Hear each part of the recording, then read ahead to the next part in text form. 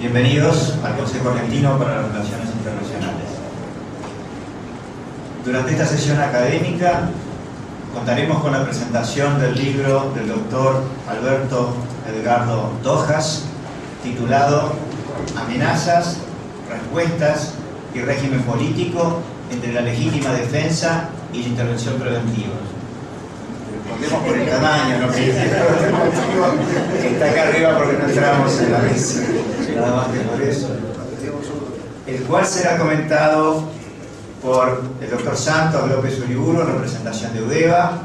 general Julio Hahn, director del Instituto de Seguridad Internacional y Asuntos Estratégicos de CARI, el señor embajador Juan Archibaldo Lanús, y el autor, por supuesto, que va a intervenir. Quisiera brevemente citar a una miembro de este consejo, Mónica Pinto, la decana de Derecho de la Universidad de Buenos Aires, quien dirigió justamente la tesis de doctorado en Derecho de Alberto Dojas y prologó su libro, ya que allí ella manifestó con claridad que este se enfoca en, cito, en la evolución del derecho internacional desde el modelo de Westfalia de nuestros días para desarrollar una tesis sobre la legítima defensa preventiva que permita señalar la consolidación de una nueva legalidad internacional en la que el uso de la Fuerza Armada por los Estados tiene también relación con los derechos humanos. El autor explica en su introducción que la doctrina Bush-hijo, también conocido como la doctrina de la intervención preventiva, fue, a grandes rasgos, la justificación estadounidense para enfrentar las amenazas provenientes de las redes terroristas globales, las redes delictivas internacionales, la obtención ilegal de armas de destrucción masiva y sus tecnologías, los llamados regímenes hostiles, los estados fallidos y los regímenes autoritarios. Y agrega que la prevención está basada en la percepción de que un conflicto armado es inevitable y que, por lo tanto, es preferible enfrentar esa amenaza anticipadamente cuando se está en mejores condiciones para vencer o neutralizar al enemigo. Asimismo, observa que, en un sistema democrático, las restricciones al uso de la fuerza son establecidas por medio de un sistema institucionalizado de formación de normas, que refleja el consenso entre la mayoría de los ciudadanos sobre el uso de la violencia privada como mecanismo de solución de controversias. Por lo tanto, indica que los contenidos y la aplicación práctica de la doctrina Bush generaron una controversia política y jurídica extendida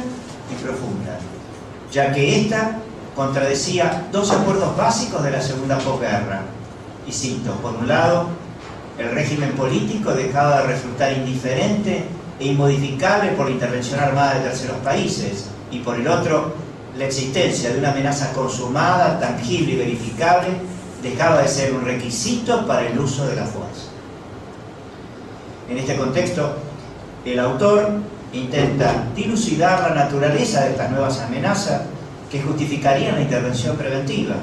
apoyándose en la historia de las doctrinas sobre el uso de la fuerza y evaluando la legalidad de las respuestas desde la aplicación de las normas del derecho internacional, a fin de plantear las modificaciones que deberían introducirse en el derecho internacional para eventualmente dar una respuesta adecuada a estas amenazas. Concluye que el problema central sería el régimen político y no tanto la naturaleza de las amenazas o la legalidad de las respuestas, es decir,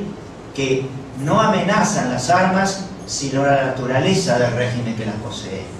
Y también manifiesta que existe una tendencia a nivel internacional en la deslegitimización de los regímenes totalitarios y autoritarios, las prácticas aberrantes y los crímenes contra la humanidad. Ante esto, advierte la debilidad intrínseca del sistema internacional. La Carta de las Naciones Unidas autoriza al Consejo de Seguridad a actuar ante una amenaza a la paz y seguridad internacionales, pero a la vez existe una protección legal a todo régimen político independiente de su naturaleza, aun cuando cometa, y cito, las mayores aberraciones contra los derechos humanos y políticos. En consecuencia, considera que para superar esta limitación debería lograrse un acuerdo entre las grandes potencias o los grandes poderes para poner fin a esta situación, y sostiene que la única manera para alcanzar una sociedad global pacífica y regulada por normas de derecho aceptadas por consenso es abandonar definitivamente el concepto de intangibilidad del régimen político y establecer un sistema internacional cuyo cimiento sea el respeto por los derechos humanos individuales y sociales. No obstante, reconoce que esta transición del paradigma westphaliano al paradigma de los derechos humanos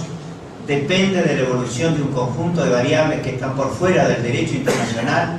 y relacionadas de manera directa con la historia, los valores, la cultura política y el capital social de las diversas sociedades, entre otros factores.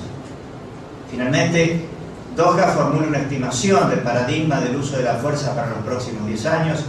y reflexiona sobre la política exterior de nuestro país,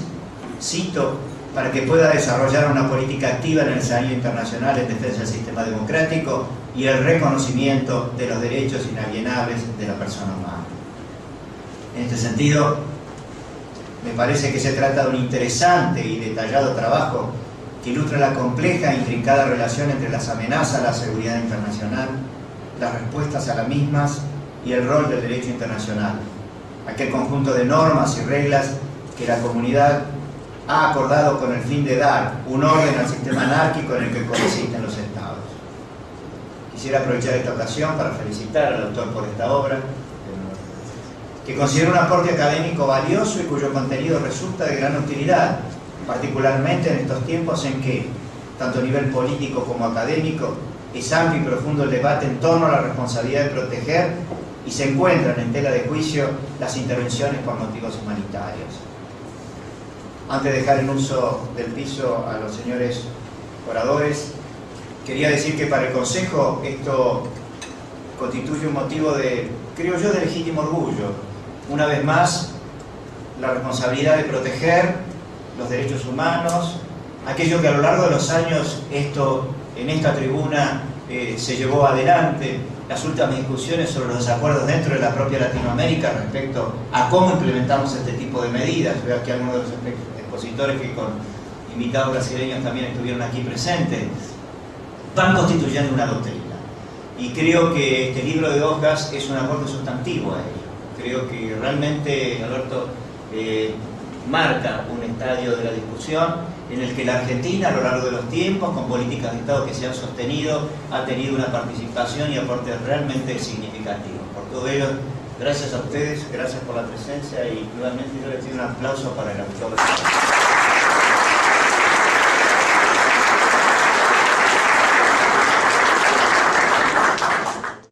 Buenas noches. El doctor Rodríguez Gabrini hizo una exageración cuando anunció que yo iba también a comentar el libro. No me atrevo a tanto. Simplemente quería traer a esta mesa y a todos ustedes, especialmente al doctor, el agradecimiento de UDEVA por la obra que ha encarado con nosotros, que realmente jerarquiza nuestra colección de tesis y se hace en el marco del acuerdo que tenemos con la Facultad de Derecho. También me parece que es justo, porque el doctor Dojas también lo manifiesta en sus agradecimientos, hacer mención a que la tarea editorial estuvo, si bien con la presencia de toda la editorial atrás, fundamentalmente en cabeza de dos personas que quiero nombrar especialmente, que son Jimena González y Paula Tegalli, a quienes le digo en la editorial se siente agradecido por el empeño que han puesto en esto. También